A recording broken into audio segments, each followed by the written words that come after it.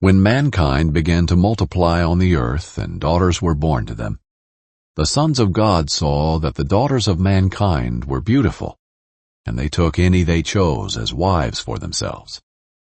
And the Lord said, My spirit will not remain with mankind forever, because they are corrupt. Their days will be 120 years. The Nephilim were on the earth both in those days and afterward, when the sons of God came to the daughters of mankind, who bore children to them. They were the powerful men of old, the famous men. When the Lord saw that human wickedness was widespread on the earth, and that every inclination of the human mind was nothing but evil all the time, the Lord regretted that he had made man on the earth, and he was deeply grieved. Then the Lord said, I will wipe mankind whom I created off the face of the earth, together with the animals, creatures that crawl, and birds of the sky. For I regret that I made them. Noah, however, found favor with the Lord. These are the family records of Noah. Noah was a righteous man, blameless among his contemporaries. Noah walked with God. And Noah fathered 3 sons, Shem, Ham, and Japheth. Now the earth was corrupt in God's sight, and the earth was filled with wickedness. God saw how corrupt the earth was, for every creature had corrupted its way on the earth. Then God said to Noah, I have decided to put an end to every creature, for the earth is filled with wickedness because of them. Therefore I am going to destroy them along with the earth. Make yourself an ark of gopher wood. Make rooms in the ark and cover it with pitch inside and outside. This is how you are to make it. The ark will be 450 feet long, 75 feet wide, and 45 feet high. You are to make a roof, finishing the sides of the ark to within 18 inches of the roof. You are to put a door in the side of the ark. Make it with lower, middle, and upper decks. Understand that I am bringing a flood waters on the earth, to destroy every creature under heaven with the breath of life in it. Everything on earth will perish, but I will establish my covenant with you, and you will enter the ark with your sons, your wife, and your sons' wives.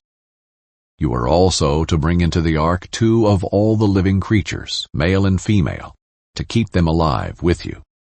2 of everything, from the birds according to their kinds, from the livestock according to their kinds, and from the animals that crawl on the ground according to their kinds, will come to you, so that you can keep them alive. Take with you every kind of food that is eaten. Gather it as food for you and for them. And Noah did this. He did everything that God had commanded him. Chapter 7. Then the Lord said to Noah, Enter the ark, you and all your household. For I have seen that you alone are righteous before me in this generation.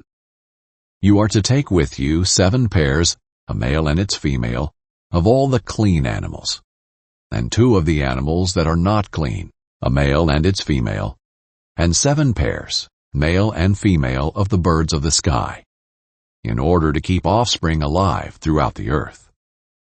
7 days from now I will make it rain on the earth 40 days and 40 nights, and every living thing I have made I will wipe off the face of the earth. And Noah did everything that the Lord commanded him. Noah was 600 years old when the flood came and water covered the earth. So Noah, his sons, his wife, and his sons' wives entered the ark because of the floodwaters. From the animals that are clean, and from the animals that are not clean, and from the birds and every creature that crawls on the ground, 2 of each, male and female, came to Noah and entered the ark, just as God had commanded him. 7 days later, the floodwaters came on the earth. In the 600th year of Noah's life, in the 2nd month, on the 17th day of the month, on that day all the sources of the vast watery depths burst open.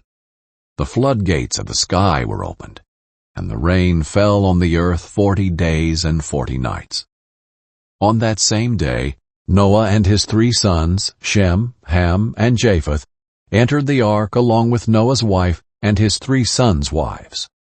They entered it with all the wildlife according to their kinds, all livestock according to their kinds, all the creatures that crawl on the earth according to their kinds, every flying creature, all the birds, and every winged creature according to their kinds. 2 of every creature that has the breath of life in it came to Noah and entered the ark. Those that entered, male and female of every creature, entered just as God had commanded him. Then the Lord shut him in. The flood continued for 40 days on the earth. The water increased and lifted up the ark so that it rose above the earth. The water surged and increased greatly on the earth, and the ark floated on the surface of the water. Then the water surged even higher on the earth, and all the high mountains under the whole sky were covered. The mountains were covered as the water surged above them, more than 20 feet.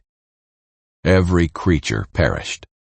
Those that crawl on the earth, birds, livestock, wildlife, and those that swarm on the earth, as well as all mankind. Everything with the breath of the Spirit of life in its nostrils, everything on dry land, died. He wiped out every living thing that was on the face of the earth, from mankind to livestock, to creatures that crawl, to the birds of the sky, and they were wiped off the earth. Only Noah was left, and those that were with him in the ark. And the water surged on the earth 150 days. Chapter 8. God remembered Noah as well as all the wildlife and all the livestock that were with him in the ark. God caused a wind to pass over the earth, and the water began to subside. The sources of the watery depths and the floodgates of the sky were closed, and the rain from the sky stopped. The water steadily receded from the earth, and by the end of 150 days, the water had decreased significantly. The ark came to rest in the 7th month, on the 17th day of the month, on the mountains of Ararat. The water continued to recede until the 10th month. In the 10th month, on the 1st day of the month, the tops of the mountains were visible. After 40 days, Noah opened the window of the ark that he had made, and he sent out a raven. It went back and forth until the water had dried up from the earth. Then he sent out a dove to see whether the water on the earth's surface had gone down. But the dove found no resting place for its foot. It returned to him in the ark because water covered the surface of the whole earth. He reached out and brought it into the ark to himself. So Noah waited 7 more days and sent out the dove from the ark again. When the dove came to him at evening, there was a plucked olive leaf in its beak. So Noah knew that the water on the earth's surface had gone down. After he had waited another 7 days, he sent out the dove, but it did not return to him again. In the 601st year, in the 1st month, on the 1st day of the month, the water that had covered the earth was dried up. Then Noah removed the ark's cover and saw that the surface of the ground was drying. By the 27th day of the 2nd month, the earth was dry. Then God spoke to Noah, "Come out of the ark, you, your wife, your sons, and your sons' wives with you. Bring out all the living creatures that are with you, birds, livestock, those that crawl on the earth, and they will spread over the earth and be fruitful and multiply on the earth."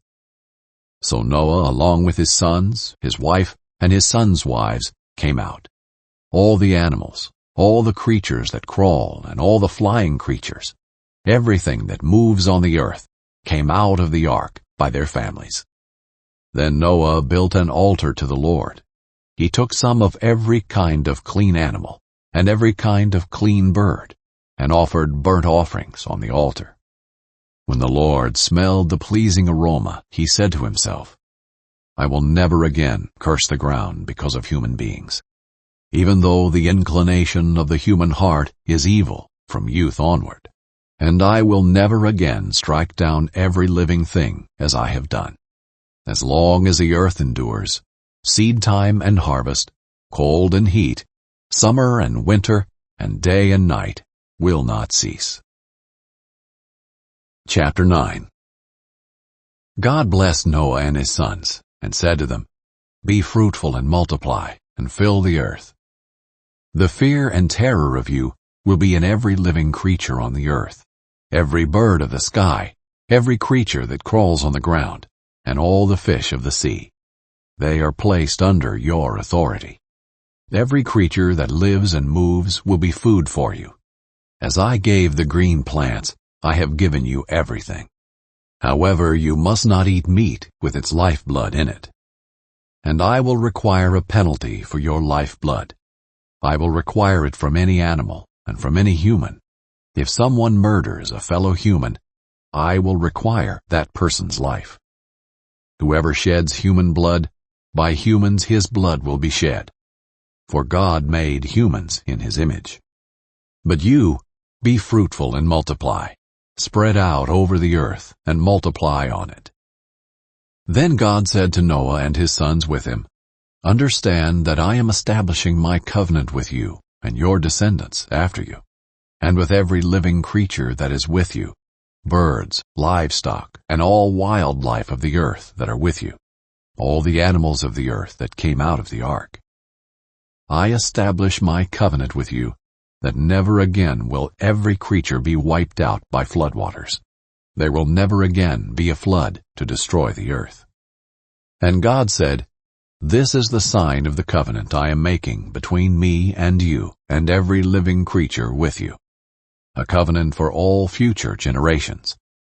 I have placed my bow in the clouds, and it will be a sign of the covenant between me and the earth. Whenever I form clouds over the earth, and the bow appears in the clouds, I will remember my covenant between me and you and all the living creatures. Water will never again become a flood to destroy every creature. The bow will be in the clouds, and I will look at it and remember the permanent covenant between God and all the living creatures on earth."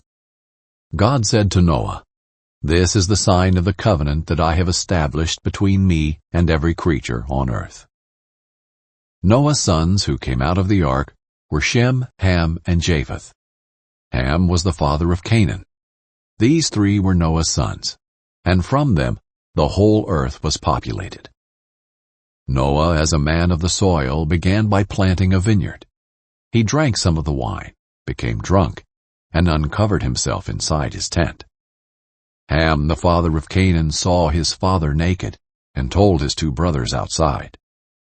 Then Shem and Japheth took a cloak and placed it over both their shoulders, and walking backward, they covered their father's nakedness.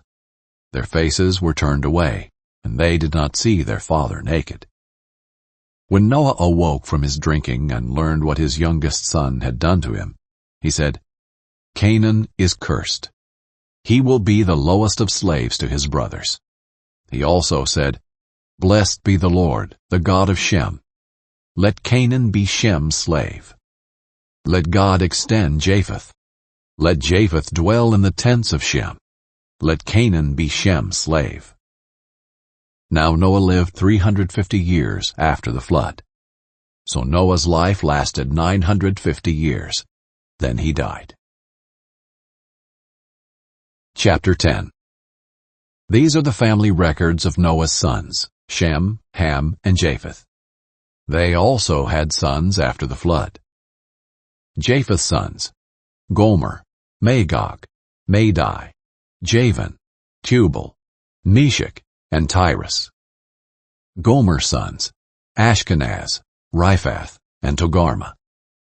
And Javan's sons, Elisha, Tarshish, Kittim, and Dodanim. From these descendants the peoples of the coasts and islands spread out into their lands, according to their clans in their nations, each with its own language. Ham's sons, Cush, Mizraim, Put, and Canaan. Cush's sons, Seba, Havilah, Sabta, Ramah, and Sabteka. And Ramah's sons, Sheba and Dedan. Cush fathered Nimrod, who began to be powerful in the land.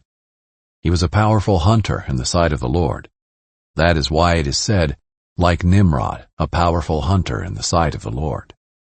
His kingdom started with Babylon, Erech, Akkad, and Calneh in the land of Shinar. From that land he went to Assyria and built Nineveh, Rehoboth-ir, Calah, and Resen, between Nineveh and the great city Calah. Mizraim fathered the people of Lud. Anam, Lehab, Naphtah, Pathros, Caslah, the Philistines came from them, and Caphtar. Canaan fathered Sidon, his firstborn, and Heth, as well as the Jebusites, the Amorites, the Girgashites, the Hivites, the Archites, the Sinites, the Arvadites, the Zemarites, and the Hamathites. Afterward the Canaanite clan scattered. The Canaanite border went from Sidon, going toward Gerar, as far as Gaza, and going toward Sodom, Gomorrah, Admah, and Zeboim, as far as Lasha. These are Ham's sons by their clans, according to their languages, in their lands and their nations. And Shem, Japheth's older brother, also had sons. Shem was the father of all the sons of Eber. Shem's sons were Elam, Asher, Arpachshad, Lud, and Aram. Aram's sons, Uz, Hul, Gether, and Mash.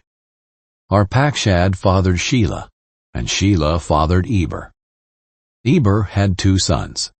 One was named Peleg, for during his days the earth was divided. His brother was named Joktan, and Joktan fathered Almodad, Sheleph, Hazarmaveth, Jerah, Hadoram, Uzal, Diklah, Obal, Abimael, Sheba, Ophir, Havilah, and Jobab.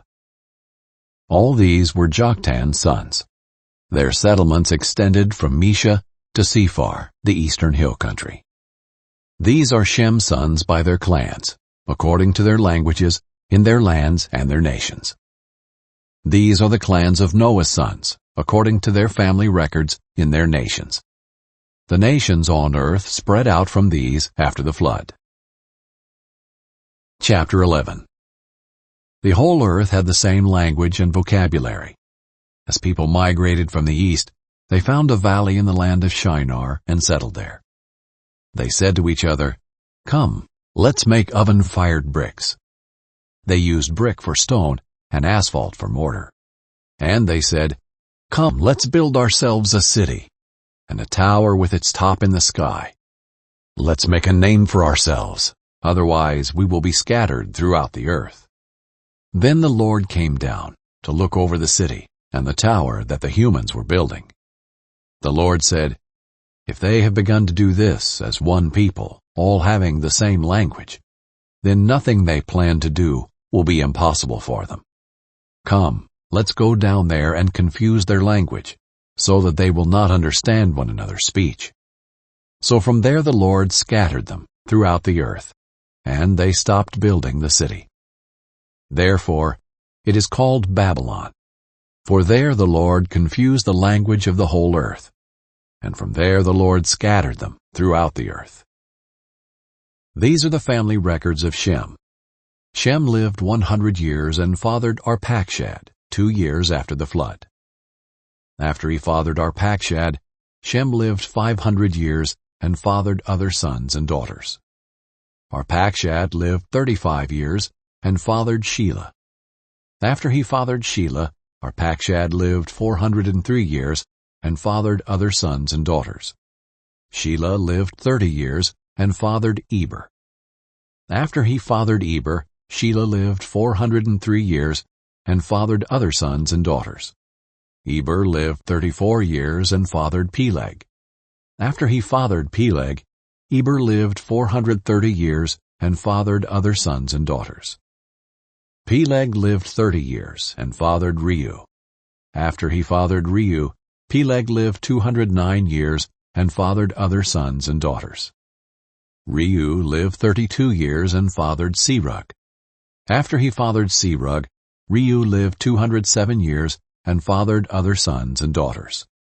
Serug lived 30 years and fathered Nahor. After he fathered Nahor, Serug lived 200 years and fathered other sons and daughters. Nahor lived 29 years and fathered Terah. After he fathered Terah, Nahor lived 119 years and fathered other sons and daughters. Terah lived 70 years and fathered Abram, Nahor, and Haran. These are the family records of Terah. Terah fathered Abram, Nahor, and Haran fathered Lot. Haran died in his native land, in Ur of the Chaldeans, during his father Terah's lifetime. Abram and Nahor took wives. Abram's wife was named Sarai, and Nahor's wife was named Milcah. She was the daughter of Haran, the father of both Milcah and Iscah. Sarai was unable to conceive.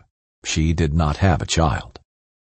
Terah took his son Abram, his grandson Lot, Haran's son, and his daughter-in-law Sarai, his son Abram's wife, and they set out together from Ur of the Chaldeans to go to the land of Canaan. But when they came to Haran, they settled there. Terah lived 205 years and died in Haran. Chapter 12. The Lord said to Abram, "Go from your land, your relatives, and your father's house to the land that I will show you. I will make you into a great nation. I will bless you. I will make your name great, and you will be a blessing. I will bless those who bless you. I will curse anyone who treats you with contempt, and all the peoples on earth will be blessed through you." So Abram went as the Lord had told him, and Lot went with him. Abram was 75 years old when he left Haran. He took his wife, Sarai, his nephew Lot, all the possessions they had accumulated, and the people they had acquired in Haran, and they set out for the land of Canaan. When they came to the land of Canaan, Abram passed through the land to the site of Shechem, at the oak of Moreh. At that time the Canaanites were in the land. The Lord appeared to Abram and said, "To your offspring I will give this land." So he built an altar there to the Lord who had appeared to him. From there he moved on to the hill country east of Bethel, and pitched his tent, with Bethel on the west and Ai on the east. He built an altar to the Lord there, and he called on the name of the Lord. Then Abram journeyed by stages to the Negev. There was a famine in the land, so Abram went down to Egypt to stay there for a while, because the famine in the land was severe. When he was about to enter Egypt, he said to his wife, Sarai, "Look, I know what a beautiful woman you are. When the Egyptians see you, they will say, 'This is his wife.' They will kill me, but let you live. Please say you're my sister, so it will go well for me because of you, and my life will be spared on your account." When Abram entered Egypt, the Egyptians saw that the woman was very beautiful. Pharaoh's officials saw her and praised her to Pharaoh. So the woman was taken to Pharaoh's household. He treated Abram well because of her, and Abram acquired flocks and herds, male and female donkeys, male and female slaves, and camels. But the Lord struck Pharaoh and his household with severe plagues because of Abram's wife, Sarai. So Pharaoh sent for Abram and said, "What have you done to me? Why didn't you tell me she was your wife?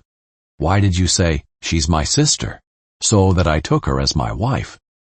Now here is your wife, take her and go." Then Pharaoh gave his men orders about him, and they sent him away with his wife and all he had. Chapter 13. Abram went up from Egypt to the Negev, he, his wife, and all he had, and Lot with him. Abram was very rich in livestock, silver, and gold. He went by stages from the Negev to Bethel, to the place between Bethel and Ai, where his tent had formerly been, to the site where he had built the altar. And Abram called on the name of the Lord there. Now Lot, who was traveling with Abram, also had flocks, herds, and tents.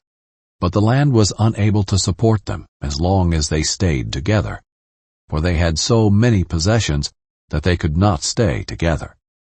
And there was quarreling between the herdsmen of Abram's livestock and the herdsmen of Lot's livestock.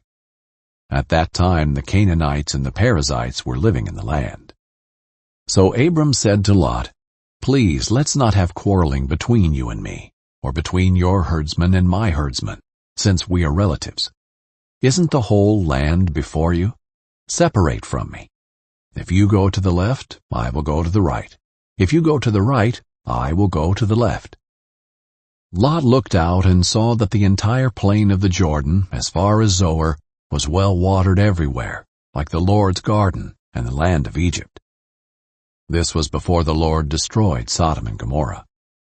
So Lot chose the entire plain of the Jordan for himself. Then Lot journeyed eastward, and they separated from each other.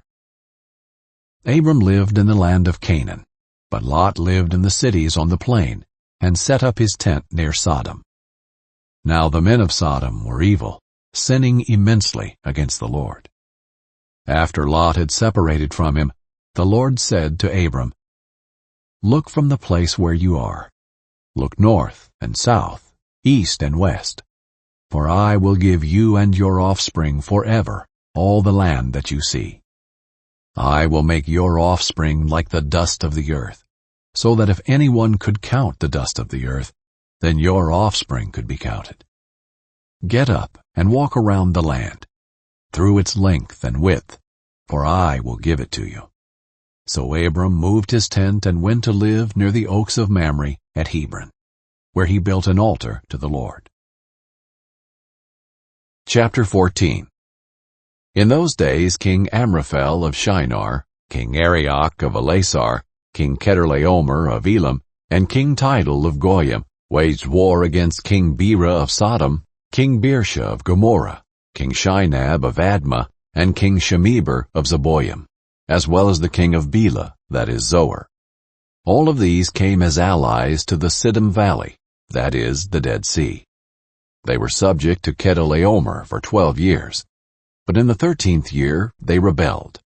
In the 14th year Chedorlaomer and the kings who were with him came and defeated the Rephaim in Ashtaroth Karnaim, the Zuzim in Ham, the Emim in Sheva Kiriathaim, and the Horites in the mountains of Seir, as far as El Paran by the wilderness. Then they came back to invade in Mishpat, that is, Kadesh. And they defeated the whole territory of the Amalekites, as well as the Amorites who lived in Hazazon Tamar. Then the king of Sodom, the king of Gomorrah, the king of Admah, the king of Zeboim, and the king of Bela, that is Zoar, went out and lined up for battle in the Siddim Valley against King Chedorlaomer of Elam, King Tidal of Goyim, King Amraphel of Shinar, and King Arioch of Elasar, 4 kings against 5. Now the Siddim Valley contained many asphalt pits, and as the kings of Sodom and Gomorrah fled, some fell into them, but the rest fled to the mountains. The 4 kings took all the goods of Sodom and Gomorrah, and all their food, and went on. They also took Abram's nephew Lot and his possessions, for he was living in Sodom, and they went on. One of the survivors came and told Abram the Hebrew, who lived near the oaks belonging to Mamre the Amorite, the brother of Eshcol, and the brother of Aner. They were bound by a treaty with Abram. When Abram heard that his relative had been taken prisoner, he assembled his 318 trained men born in his household, and they went in pursuit as far as Dan. And he and his servants deployed against them by night, defeated them, and pursued them as far as Hobah, to the north of Damascus. He brought back all the goods and also his relative Lot and his goods, as well as the women and the other people.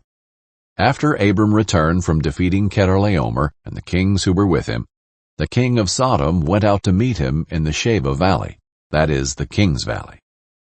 Melchizedek, king of Salem, brought out bread and wine. He was a priest to God Most High. He blessed him and said, "Abram is blessed by God Most High, creator of heaven and earth. And blessed be God Most High, who has handed over your enemies to you." And Abram gave him 1/10 of everything.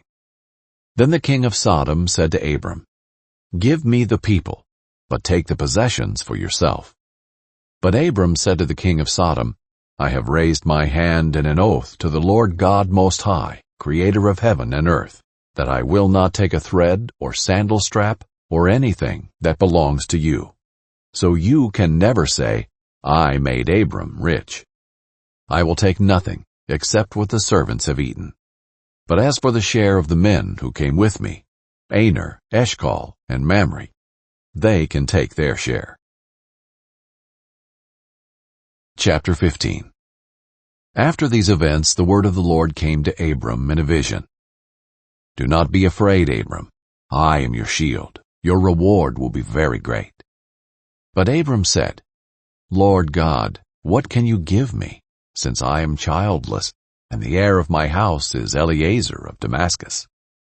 Abram continued, Look, you have given me no offspring, so a slave born in my house will be my heir. Now the word of the Lord came to him, This one will not be your heir. Instead, one who comes from your own body will be your heir. He took him outside and said, Look at the sky and count the stars if you are able to count them. Then he said to him, Your offspring will be that numerous. Abram believed the Lord, and he credited it to him as righteousness. He also said to him, I am the Lord who brought you from Ur of the Chaldeans to give you this land to possess. But he said, Lord God, how can I know that I will possess it? He said to him, Bring me a 3-year-old cow, a 3-year-old female goat, a 3-year-old ram, a turtle dove, and a young pigeon. So he brought all these to him, cut them in half, and laid the pieces opposite each other. But he did not cut the birds in half. Birds of prey came down on the carcasses, but Abram drove them away.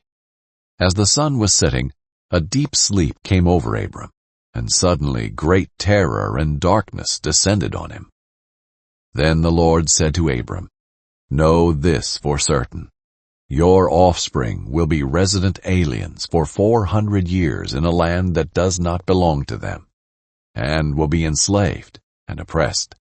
However, I will judge the nation they serve, and afterward they will go out with many possessions. But you will go to your ancestors in peace and be buried at a good old age. In the 4th generation they will return here, for the iniquity of the Amorites has not yet reached its full measure. When the sun had set and it was dark, a smoking firepot and a flaming torch appeared and passed between the divided animals. On that day the Lord made a covenant with Abram, saying, I give this land to your offspring, from the brook of Egypt to the great river, the Euphrates River, the land of the Kenites, Kenizzites, Cadmonites, Hethites, Perizzites, Rephaim, Amorites, Canaanites, Girgashites, and Jebusites. Chapter 16. Abram's wife, Sarai, had not borne any children for him, but she owned an Egyptian slave named Hagar. Sarai said to Abram, Since the Lord has prevented me from bearing children, go to my slave. Perhaps through her I can build a family. And Abram agreed to what Sarai said. So Abram's wife, Sarai, took Hagar, her Egyptian slave, and gave her to her husband, Abram, as a wife for him. This happened after Abram had lived in the land of Canaan 10 years. He slept with Hagar, and she became pregnant. When she saw that she was pregnant, her mistress became contemptible to her. Then Sarai said to Abram, You are responsible for my suffering. I put my slave in your arms, and when she saw that she was pregnant, I became contemptible to her. May the Lord judge between me and you. Abram replied to Sarai, Here, your slave is in your power. Do whatever you want with her. Then Sarai mistreated her so much that she ran away from her. The angel of the Lord found her by a spring in the wilderness, the spring on the way to Shur. He said, Hagar, slave of Sarai, where have you come from, and where are you going? She replied, I'm running away from my mistress Sarai. The angel of the Lord said to her, Go back to your mistress and submit to her authority. The angel of the Lord said to her, I will greatly multiply your offspring, and they will be too many to count. The angel of the Lord said to her, You have conceived and will have a son. You will name him Ishmael, for the Lord has heard your cry of affliction. This man will be like a wild donkey. His hand will be against everyone, and everyone's hand will be against him. He will settle near all his relatives. So she named the Lord who spoke to her, You are El Roi, for she said, In this place I have actually seen the one who sees me. That is why the well is called Beer Lahai Roi. It is between Kadesh and Bered. So Hagar gave birth to Abram's son, and Abram named his son, whom Hagar bore, Ishmael. Abram was 86 years old when Hagar bore Ishmael to him. Chapter 17. When Abram was 99 years old, the Lord appeared to him, saying, I am God Almighty.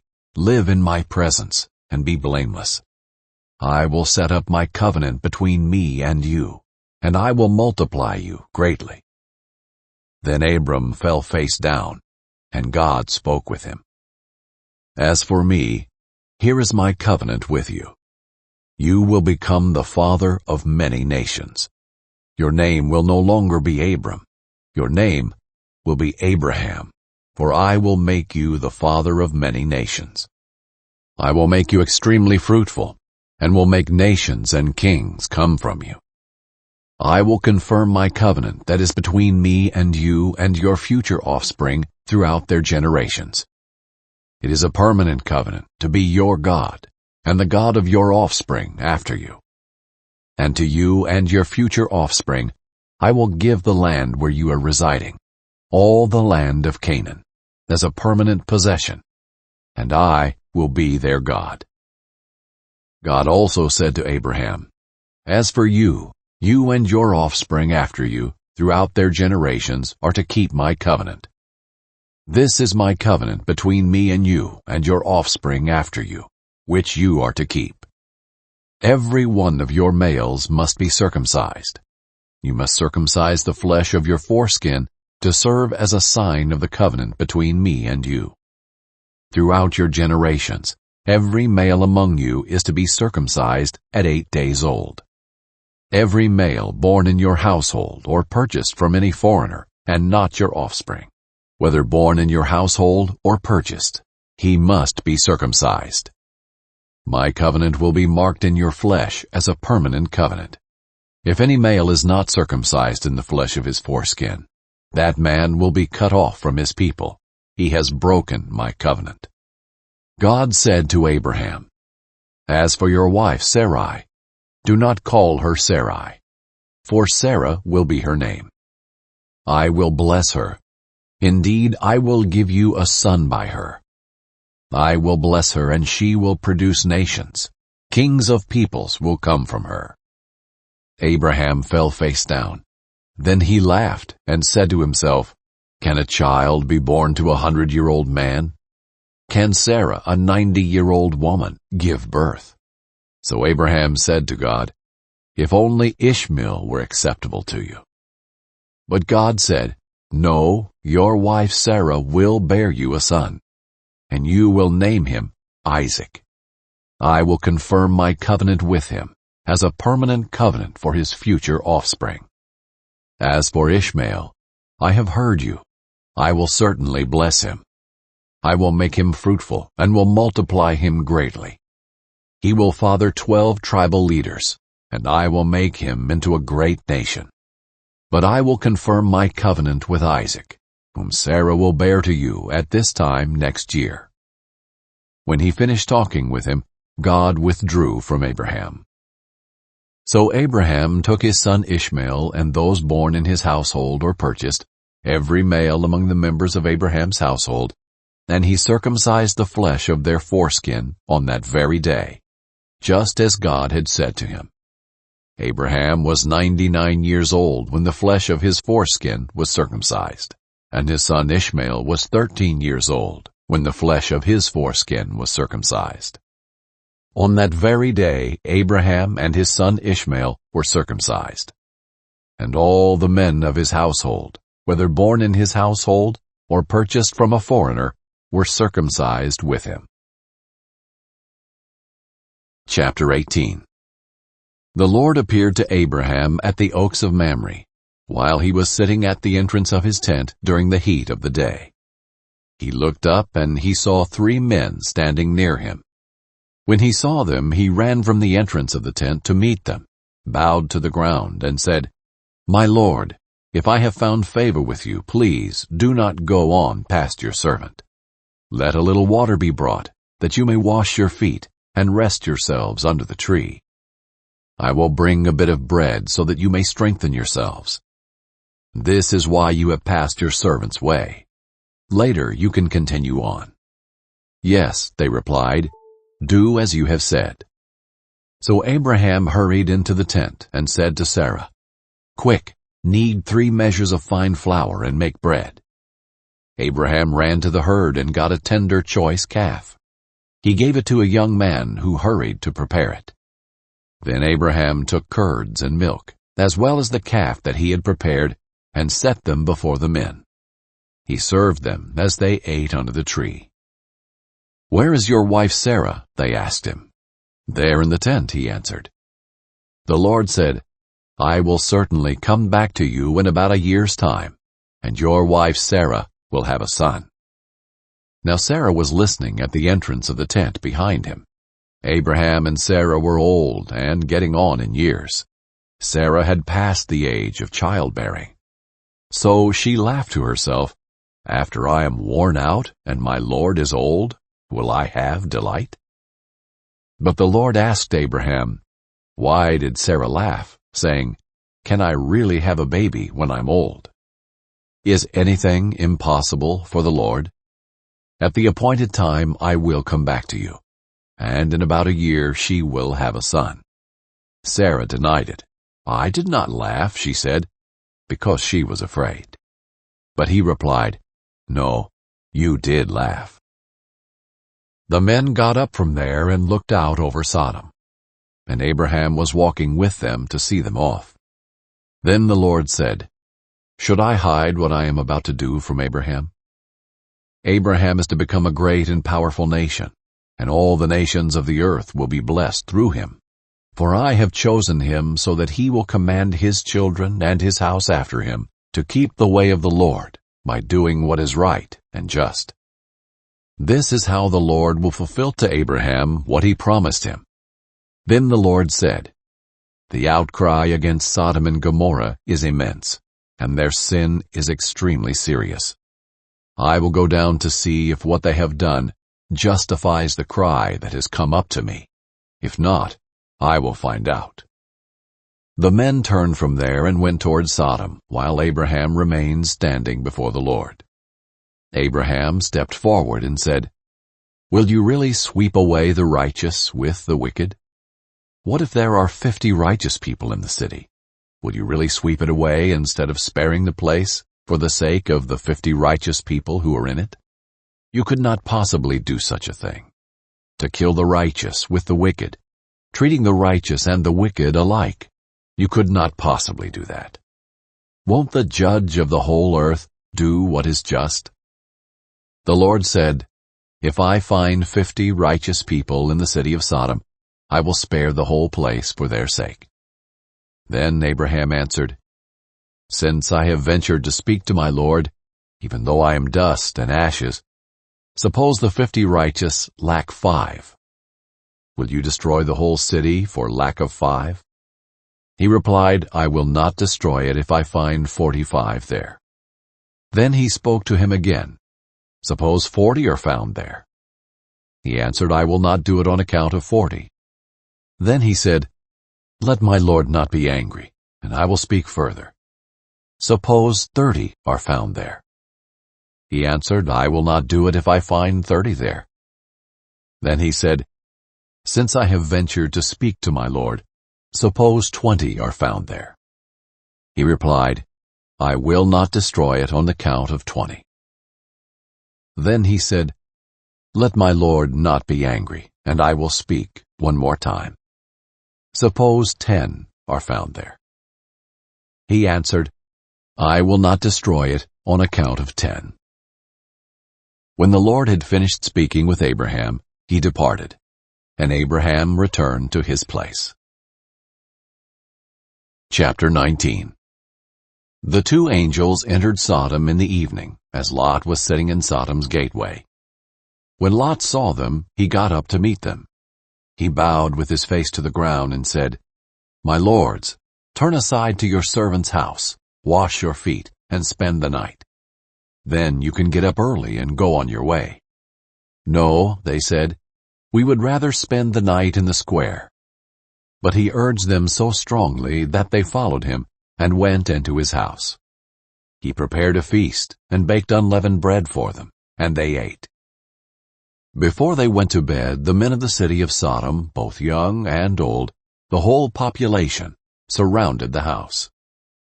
They called out to Lot and said, Where are the men who came to you tonight? Send them out to us, so we can have sex with them. Lot went out to them at the entrance and shut the door behind him. He said, Don't do this evil, my brothers. Look, I've got 2 daughters who haven't been intimate with a man. I'll bring them out to you, and you can do whatever you want to them. However, don't do anything to these men, because they have come under the protection of my roof. Get out of the way, they said, adding, This one came here as an alien, but he's acting like a judge. Now we'll do more harm to you than to them.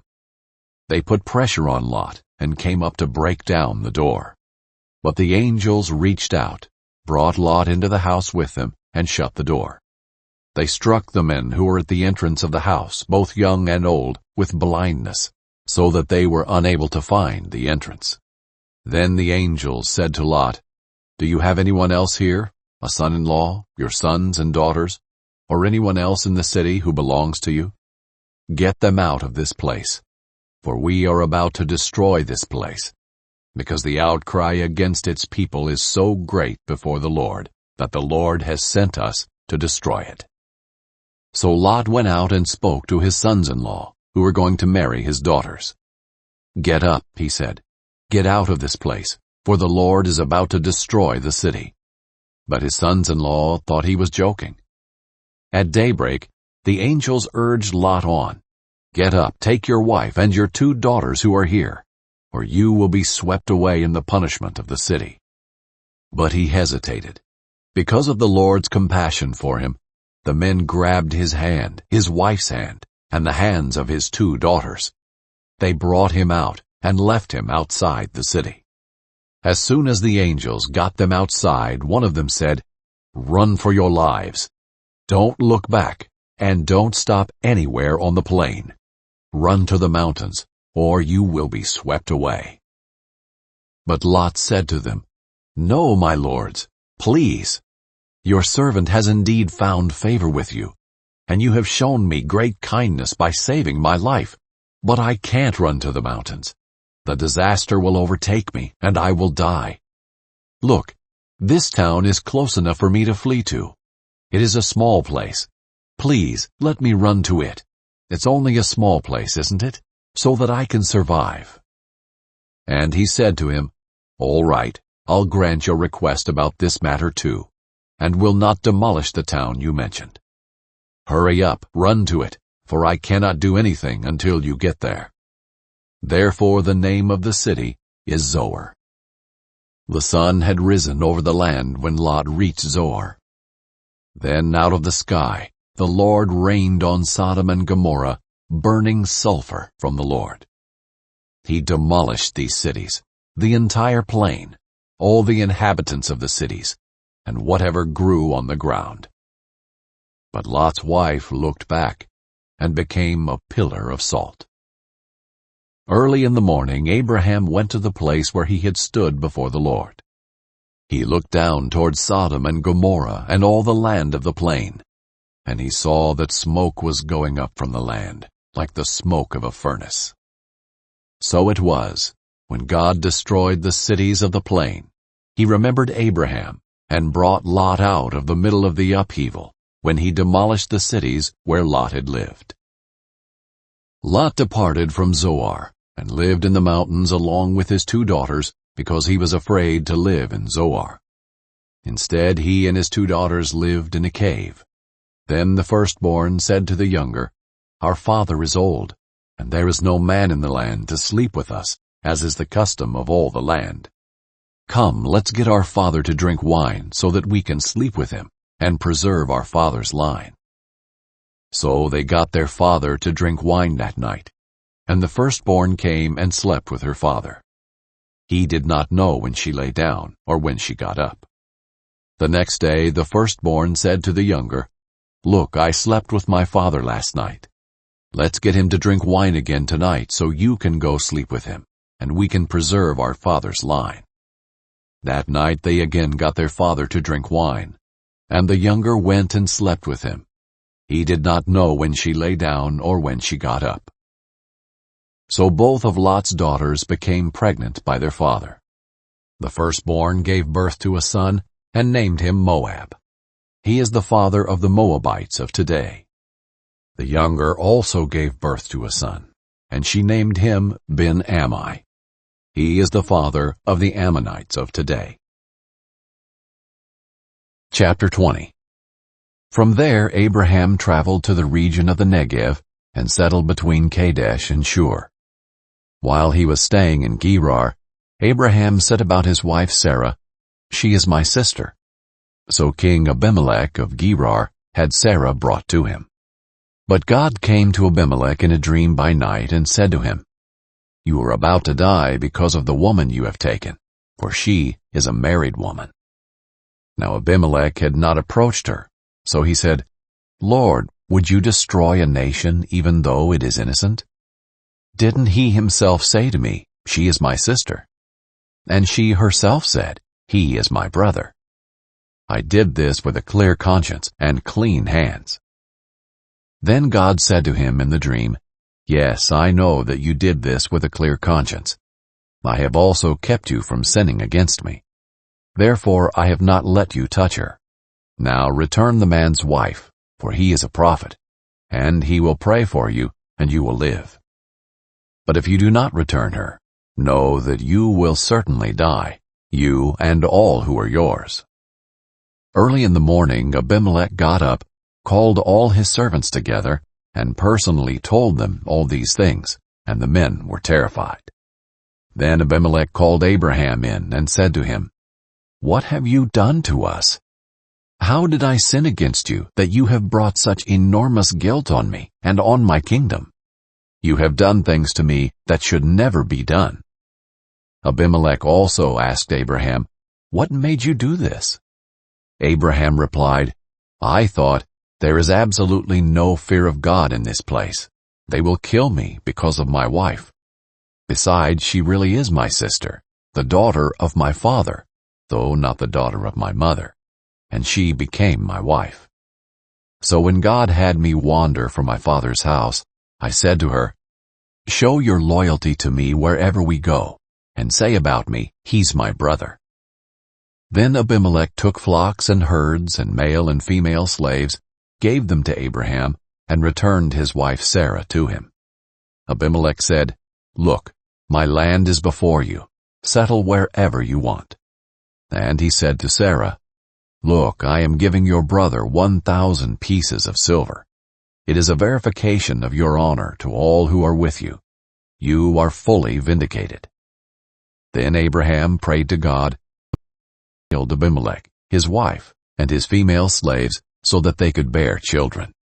For the Lord had completely closed all the wombs in Abimelech's household on account of Sarah, Abraham's wife. Chapter 21. The Lord came to Sarah as he had said, and the Lord did for Sarah what he had promised. Sarah became pregnant and bore a son to Abraham in his old age, at the appointed time God had told him. Abraham named his son who was born to him, the one Sarah bore to him, Isaac.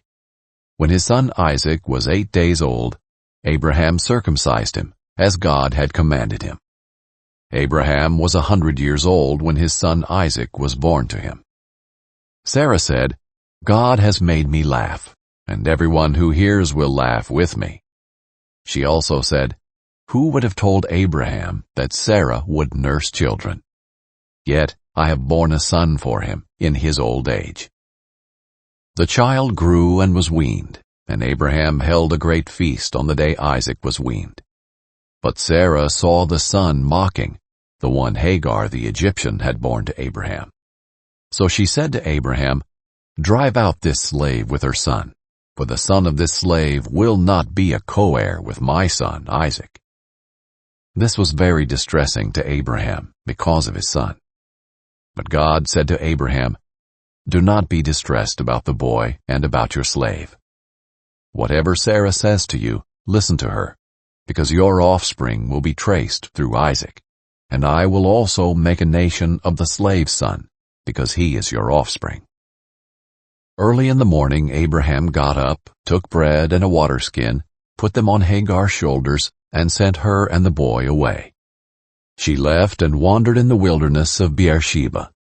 When the water in the skin was gone, she left the boy under one of the bushes and went and sat at a distance, about a bowshot away, for she said, "I can't bear to watch the boy die." While she sat at a distance, she wept loudly. God heard the boy crying, and the angel of God called to Hagar from heaven and said to her, "What's wrong, Hagar? Don't be afraid, for God has heard the boy crying from the place where he is.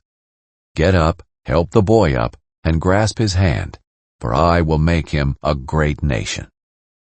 Then God opened her eyes, and she saw a well. So she went and filled the water skin and gave the boy a drink. God was with the boy, and he grew. He settled in the wilderness and became an archer. He settled in the wilderness of Paran, and his mother got a wife for him from the land of Egypt. At that time Abimelech, accompanied by Phicol, the commander of his army, said to Abraham, "God is with you in everything you do. Swear to me by God, here and now, that you will not break an agreement with me or with my children and descendants. As I have been loyal to you, so you will be loyal to me and to the country where you are a resident alien." And Abraham said, "I swear it." But Abraham complained to Abimelech because of the well that Abimelech's servants had seized. Abimelech replied, "I don't know who did this thing. You didn't report anything to me, so I hadn't heard about it until today." Abraham took flocks and herds and gave them to Abimelech, and the two of them made a covenant. Abraham separated 7 ewe lambs from the flock, and Abimelech said to Abraham, "Why have you separated these 7 ewe lambs?" He replied, "You are to accept the 7 ewe lambs from me, so that this act will serve as my witness that I dug this well." Therefore that place was called Beersheba, because it was there that the two of them swore an oath. After they had made a covenant at Beersheba, Abimelech and Phicol, the commander of his army, left and returned to the land of the Philistines. Abraham planted a tamarisk tree in Beersheba, and there he called on the name of the Lord, the everlasting God. And Abraham lived as an alien in the land of the Philistines for many days. Chapter 22. After these things, God tested Abraham and said to him, "Abraham." "Here I am," he answered. "Take your son," he said, "your only son Isaac, whom you love. Go to the land of Moriah, and offer him there as a burnt offering on one of the mountains I will tell you about." So Abraham got up early in the morning, saddled his donkey, and took with him 2 of his young men and his son Isaac. He split wood for a burnt offering and set out to go to the place God had told him about. On the 3rd day Abraham looked up and saw the place in the distance. Then Abraham said to his young men, "Stay here with the donkey. The boy and I will go over there to worship. Then we'll come back to you." Abraham took the wood for the burnt offering and laid it on his son Isaac. In his hand he took the fire and the knife, and the 2 of them walked on together. Then Isaac spoke to his father Abraham and said, "My father." And he replied, "Here I am, my son." Isaac said, The fire and the wood are here, but where is the lamb for the burnt offering?" Abraham answered, "God himself will provide the lamb for the burnt offering, my son." Then the two of them walked on together. When they arrived at the place that God had told him about, Abraham built the altar there and arranged the wood. He bound his son Isaac and placed him on the altar on top of the wood. Then Abraham reached out and took the knife to slaughter his son. But the angel of the Lord called to him from heaven and said, "Abraham, Abraham." He replied, "Here I am." Then he said, "Do not lay a hand on the boy or do anything to him, for now I know that you fear God, since you have not withheld your only son from me." Abraham looked up and saw a ram caught in the thicket by its horns. So Abraham went and took the ram and offered it as a burnt offering in place of his son. And Abraham named that place, "The Lord will provide." So today it is said, "It will be provided on the Lord's mountain." Then the angel of the Lord called to Abraham a second time from heaven and said, "By myself I have sworn. This is the Lord's declaration. Because you have done this thing and have not withheld your only son, I will indeed bless you and make your offspring as numerous as the stars of the sky and the sand on the seashore. Your offspring will possess the city gates of their enemies, and all the nations of the earth will be blessed by your offspring, because you have obeyed my command." Abraham went back to his young men, and they got up and went together to Beersheba, and Abraham settled in Beersheba. Now after these things Abraham was told, "Milcah also has borne sons to your brother Nahor. Uz, his firstborn, his brother Buz, Kemuel, the father of Aram, Chesed, Hazo, Pildash, Jidlaph, and Bethuel. And Bethuel fathered Rebekah. Milcah bore these 8 to Nahor, Abraham's brother. His concubine, whose name was Reumah, also bore Tebah, Gaham, Tahash, and Maacah. Chapter 23. Now Sarah lived 127 years. These were all the years of her life. Sarah died in Kiriath Arba, that is Hebron, in the land of Canaan. And Abraham went in to mourn for Sarah and to weep for her. When Abraham got up from beside his dead wife, he spoke to the Hethites, "I am an alien residing among you. Give me burial property among you, so that I can bury my dead." The Hethites replied to Abraham, "Listen to us, my lord. You are a prince of God among us. Bury your dead in our finest burial place. None of us will withhold from you his burial place for burying your dead." Then Abraham rose and bowed down to the Hethites, the people of the land. He said to them, "If you are willing for me to bury my dead, listen to me, and ask Ephron, son of Zohar, on my behalf, to give me the cave of Machpelah that belongs to him. It is at the end of his field. Let him give it to me in your presence for the full price as burial property." Ephron was sitting among the Hethites. So in the hearing of all the Hethites who came to the gate of his city, Ephron the Hethite answered Abraham, "No, my lord, listen to me. I give you the field, and I give you the cave that is in it. I give it to you in the sight of my people. Bury your dead." Abraham bowed down to the people of the land and said to Ephron in the hearing of the people of the land, "Listen to me, if you please. Let me pay the price of the field. Accept it from me, and let me bury my dead there." Ephron answered Abraham and said to him, "My lord, listen to me. Land worth 400 shekels of silver. What is that between you and me? Bury your dead." Abraham agreed with Ephron, and Abraham weighed out to Ephron the silver that he had agreed to in the hearing of the Hethites, 400 standard shekels of silver. So Ephron's field at Machpelah near Mamre, the field with its cave and all the trees anywhere within the boundaries of the field, became Abraham's possession in the sight of all the Hittites who came to the gate of his city. After this, Abraham buried his wife Sarah in the cave of the field at Machpelah near Mamre, that is, Hebron, in the land of Canaan. The field with its cave passed from the Hethites to Abraham as burial property. Chapter 24. Abraham was now old, getting on in years, and the Lord had blessed him in everything. Abraham said to his servant, the elder of his household who managed all he owned, "Place your hand under my thigh, and I will have you swear by the Lord, God of heaven and God of earth, that you will not take a wife for my son from the daughters of the Canaanites among whom I live, but will go to my land and my family to take a wife for my son Isaac." The servant said to him, "Suppose the woman is unwilling to follow me to this land. Should I have your son go back to the land you came from?"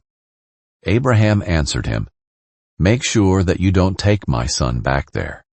The Lord, the God of heaven, who took me from my father's house and from my native land, who spoke to me and swore to me, 'I will give this land to your offspring,' he will send his angel before you, and you can take a wife for my son from there.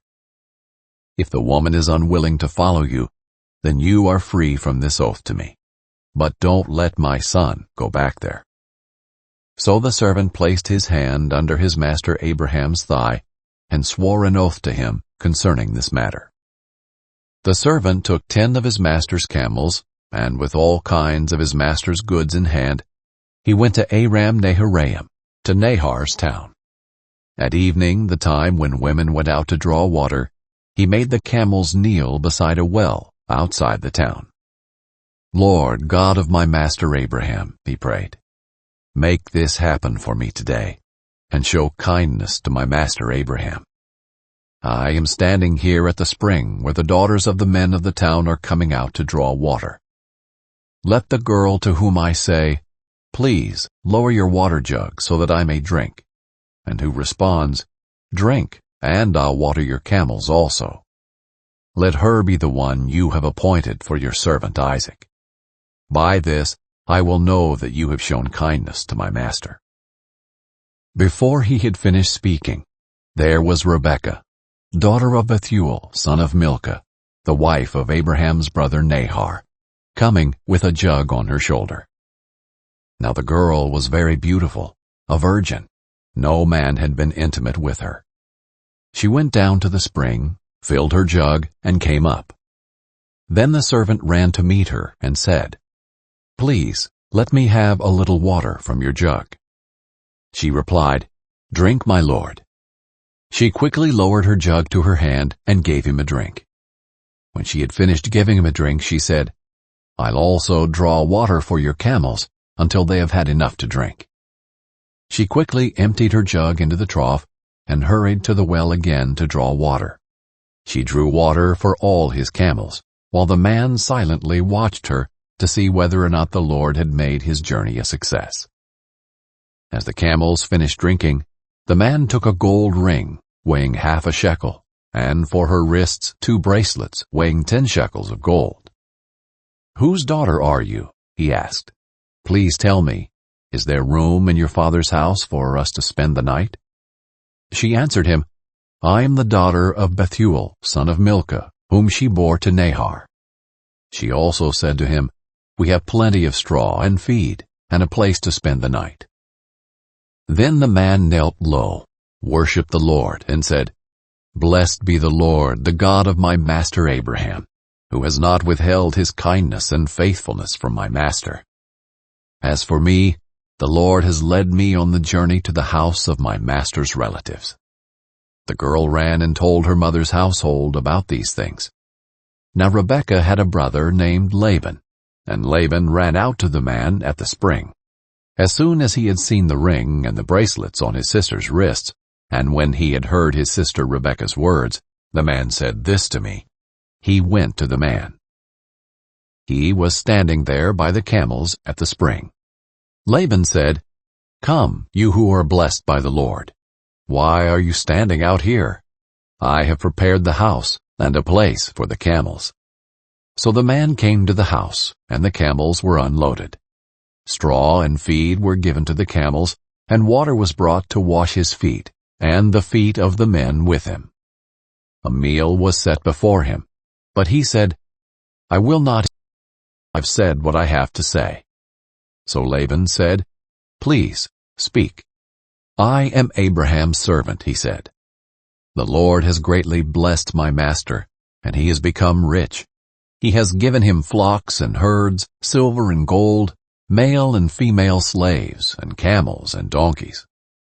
Sarah, my master's wife, bore a son to my master in her old age, and he has given him everything he owns.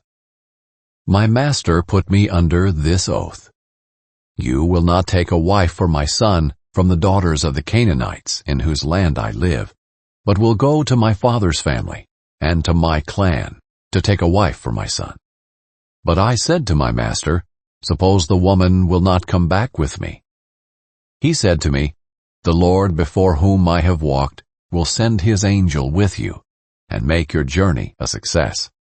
Then you will take a wife for my son from my clan and from my father's family. Then you will be free from my oath if you go to my family and they do not give her to you. You will be free from my oath. Today, when I came to the spring, I prayed, Lord, God of my master Abraham, if only you will make my journey successful. I am standing here at a spring. Let the young woman who comes out to draw water, and I say to her, please let me drink a little water from your jug, and who responds to me, drink, and I'll draw water for your camels also. Let her be the woman the Lord has appointed for my master's son.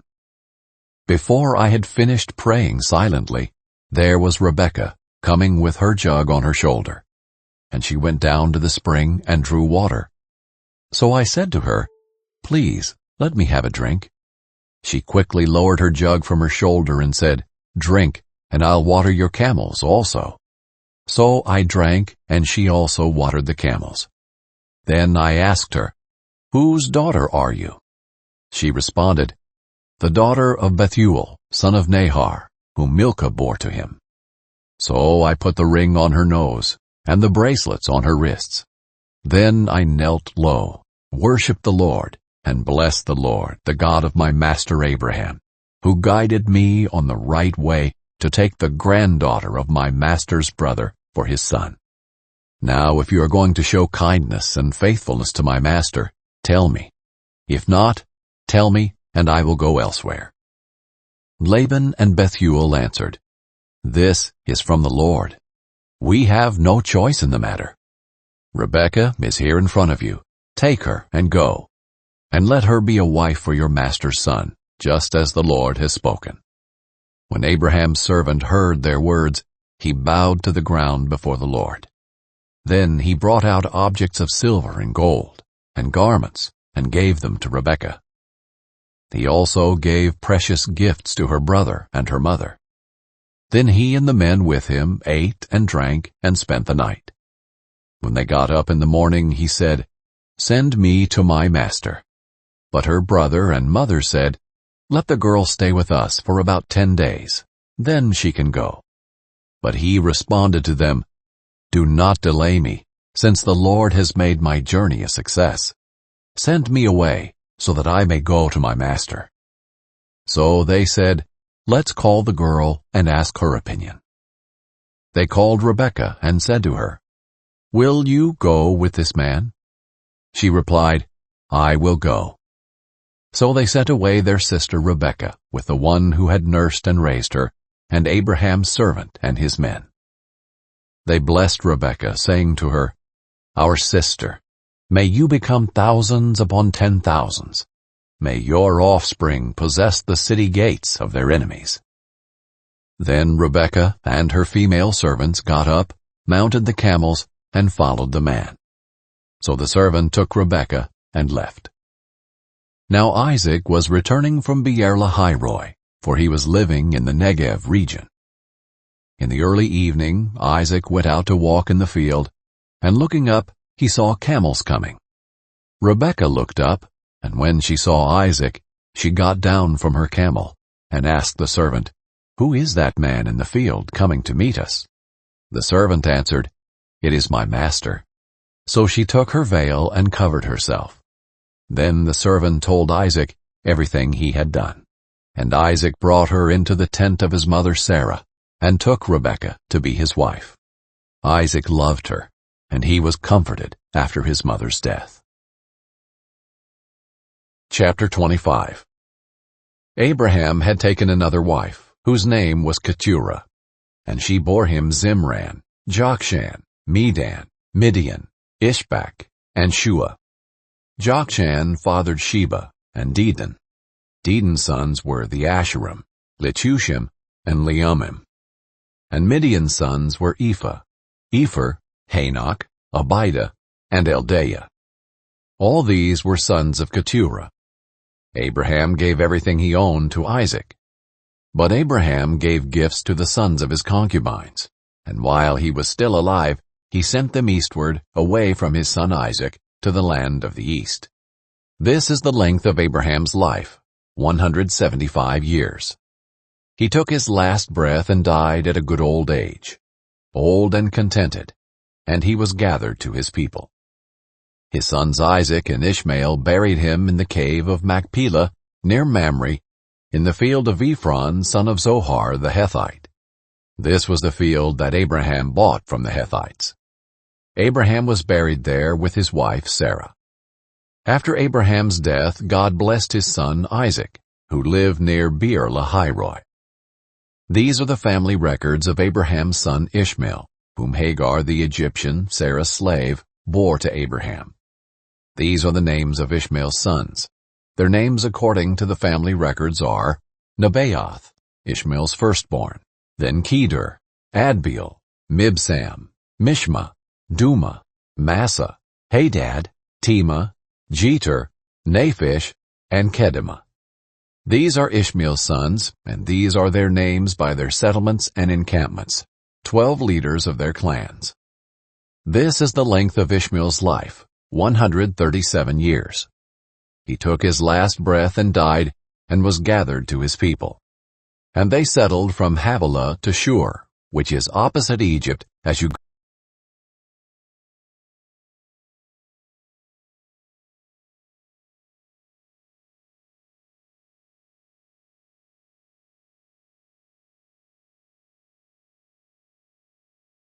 daughter of Bethuel the Aramean, from Padan Aram, and sister of Laban the Aramean. Isaac prayed to the Lord on behalf of his wife because she was childless. The Lord was receptive to his prayer, and his wife Rebekah conceived. But the children inside her struggled with each other, and she said, "Why?" So she went to inquire of the Lord. And the Lord said to her, "2 nations are in your womb. 2 peoples will come from you and be separated. One people will be stronger than the other, and the older will serve the younger." When her time came to give birth, there were indeed twins in her womb. The first one came out red-looking, covered with hair, like a fur coat, and they named him Esau. After this, his brother came out, grasping Esau's heel with his hand. So he was named Jacob. Isaac was 60 years old when they were born. When the boys grew up, Esau became an expert hunter and outdoorsman. But Jacob was a quiet man who stayed at home. Isaac loved Esau because he had a taste for wild game. But Rebekah loved Jacob. Once when Jacob was cooking a stew, Esau came in from the field exhausted. He said to Jacob, "Let me eat some of that red stuff, because I'm exhausted." That is why he was also named Edom. Jacob replied, "First, sell me your birthright." "Look," said Esau, "I'm about to die, so what good is a birthright to me?" Jacob said, "Swear to me first." So he swore to Jacob and sold his birthright to him. Then Jacob gave bread and lentil stew to Esau. He ate, drank, got up, and went away. So Esau despised his birthright. Chapter 26. There was another famine in the land in addition to the one that had occurred in Abraham's time. and Isaac went to Abimelech, king of the Philistines, at Gerar. The Lord appeared to him and said, "Do not go down to Egypt. Live in the land that I tell you about. Stay in this land as an alien, and I will be with you and bless you. For I will give all these lands to you and your offspring, and I will confirm the oath that I swore to your father Abraham. I will make your offspring as numerous as the stars of the sky. I will give your offspring all these lands, and all the nations of the earth will be blessed by your offspring. Because Abraham listened to me and kept my mandate, my commands, my statutes, and my instructions." So Isaac settled in Gerar. When the men of the place asked about his wife, he said, "She is my sister." For he was afraid to say, "my wife," thinking, "The men of the place will kill me on account of Rebekah, for she is a beautiful woman." When Isaac had been there for some time, Abimelech, king of the Philistines, looked down from the window and was surprised to see Isaac caressing his wife Rebekah. Abimelech sent for Isaac and said, "So she is really your wife? How could you say she is my sister?" Isaac answered him, "Because I thought I might die on account of her." Then Abimelech said, "What have you done to us? One of the people could easily have slept with your wife, and you would have brought guilt on us." So Abimelech warned all the people, "Whoever harms this man or his wife will certainly be put to death." Isaac sowed seed in that land, and in that year he reaped 100 times what was sown. The Lord blessed him, and the man became rich and kept getting richer until he was very wealthy. He had flocks of sheep, herds of cattle, and many slaves, and the Philistines were envious of him. Philistines stopped up all the wells that his father's servants had dug in the days of his father Abraham, filling them with dirt. And Abimelech said to Isaac, "Leave us, for you are much too powerful for us." So Isaac left there, camped in the Gerar valley, and lived there. Isaac reopened the wells that had been dug in the days of his father Abraham, and that the Philistines had stopped up after Abraham died. He gave them the same names his father had given them. Then Isaac's servants dug in the valley and found a well of spring water there. But the herdsmen of Gerar quarreled with Isaac's herdsmen and said, "The water is ours." So he named the well Esek, because they argued with him. Then they dug another well and quarreled over that one also.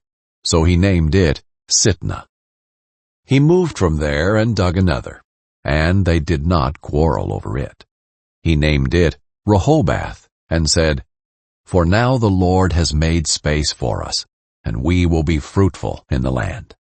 From there he went up to Beersheba, and the Lord appeared to him that night and said, "I am the God of your father Abraham. Do not be afraid, for I am with you. I will bless you and multiply your offspring because of my servant Abraham."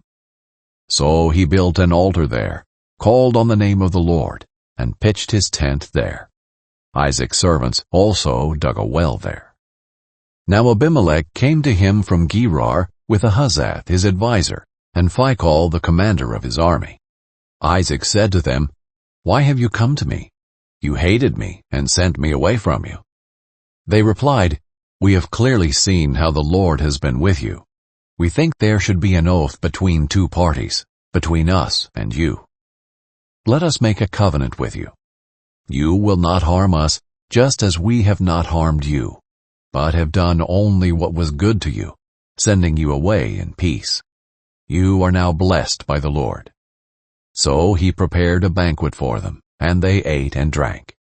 They got up early in the morning and swore an oath to each other. Isaac sent them on their way, and they left him in peace. On that same day Isaac's servants came to tell him about the well they had dug, saying to him, "We have found water." He called it Sheba. Therefore the name of the city is still Beersheba today.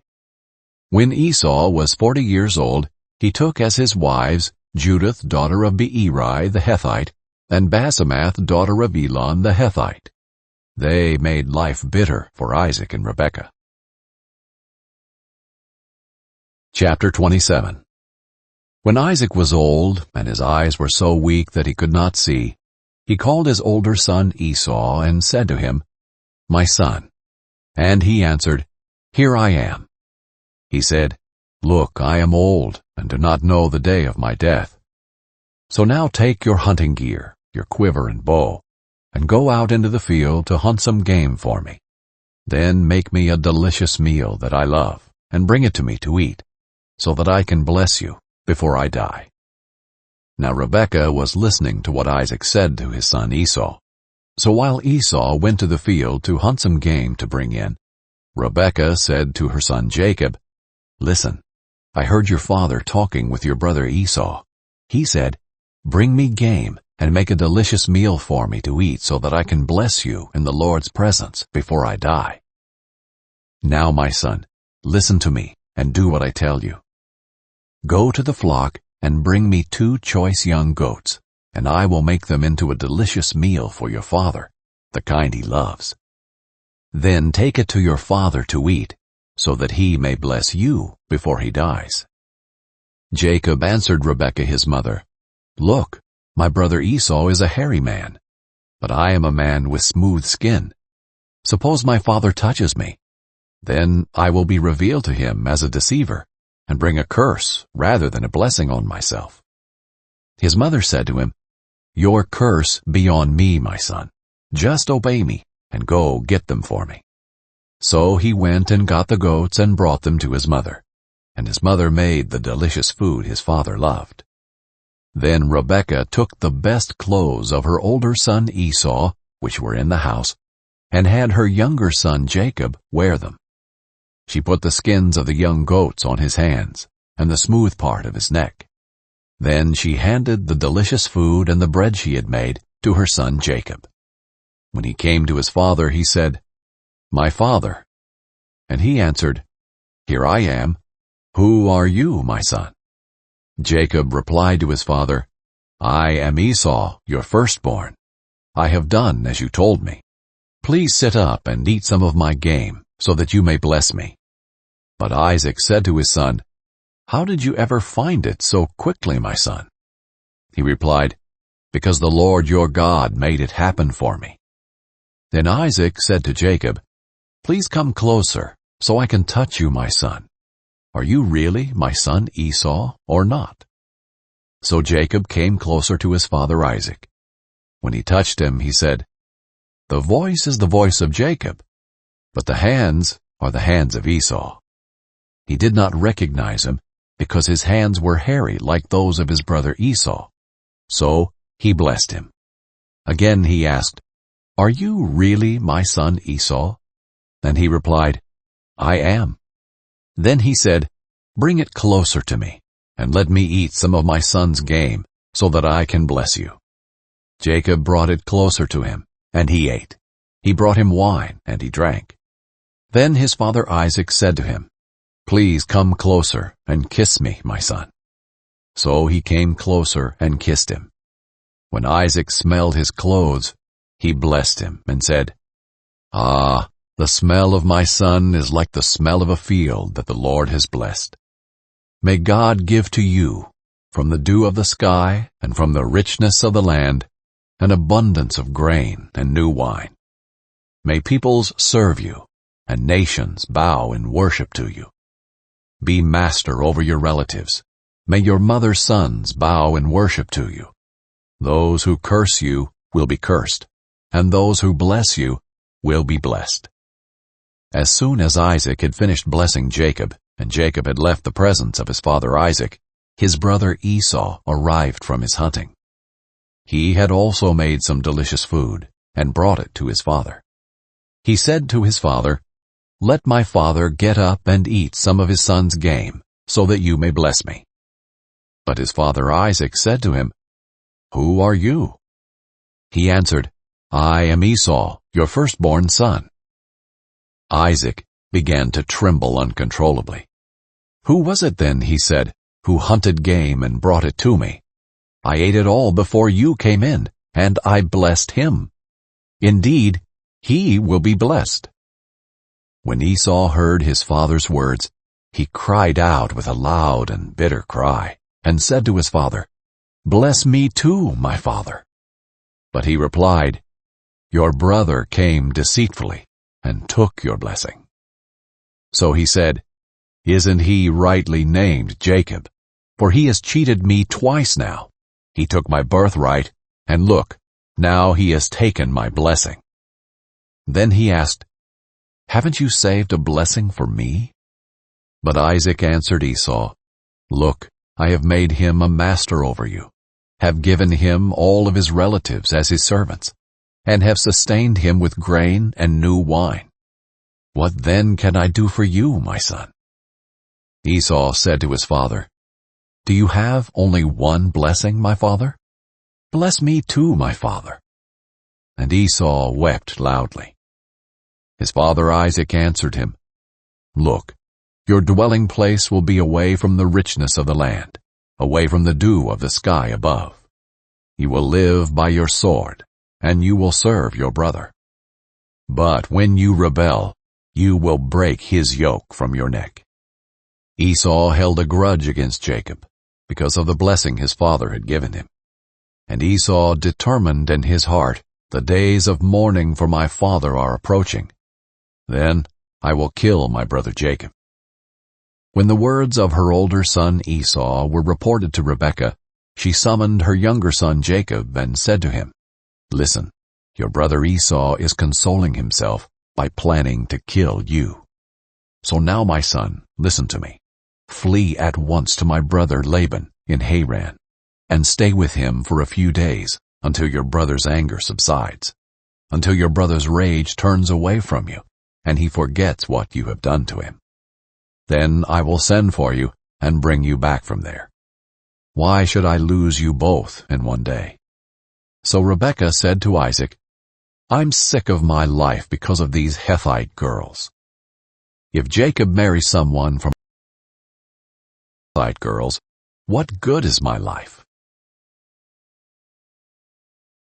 Chapter 28. So Isaac summoned Jacob, blessed him, and commanded him, "Do not marry a Canaanite girl. Go at once to Padan Aram, to the house of Bethuel, your mother's father. Marry one of the daughters of Laban, your mother's brother.